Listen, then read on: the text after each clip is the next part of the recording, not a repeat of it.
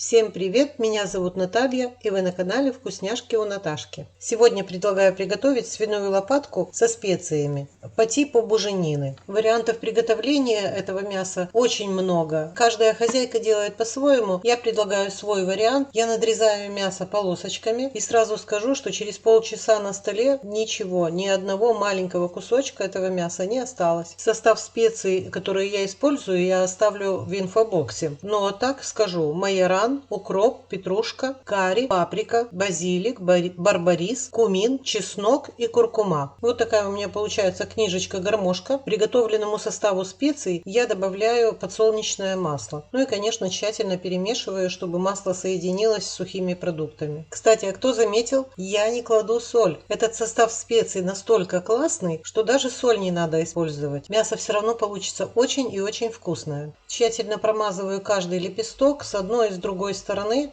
Не бойтесь переборщить. Отдельно на пленку намазываю немного специи и промазываю полностью с другой стороны мяса. Пленку стараюсь завернуть очень и очень плотно. Это у меня первый слой пленки, поэтому не обращайте внимания, руки немного грязные. Но затем я заверну еще раз, еще в одну пленку, чтобы оно более плотно держалось.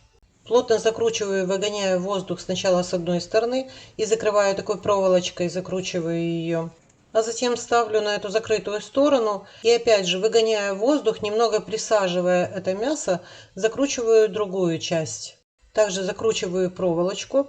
А теперь для большей уверенности, что ничего не вытечет, заматываю в алюминиевую пленку в несколько слоев. Если вам нравятся мои рецепты, подписывайтесь на канал, активируйте колокольчик, чтобы не пропускать новые видео. И пишите комментарии. Ну вот я мясо завернула, поставила в духовку на 180 градусов и запекала 1 час 42 минуты. А сейчас посмотрим, что у меня получилось. Мясо получилось очень красивое сверху.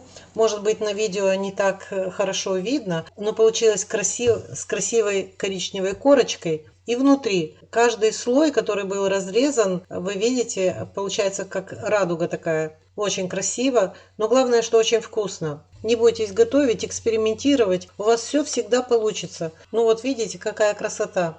Я благодарю всех, кто досмотрел это видео до конца. И уверяю вас, с этой тарелки не осталось даже листика салата.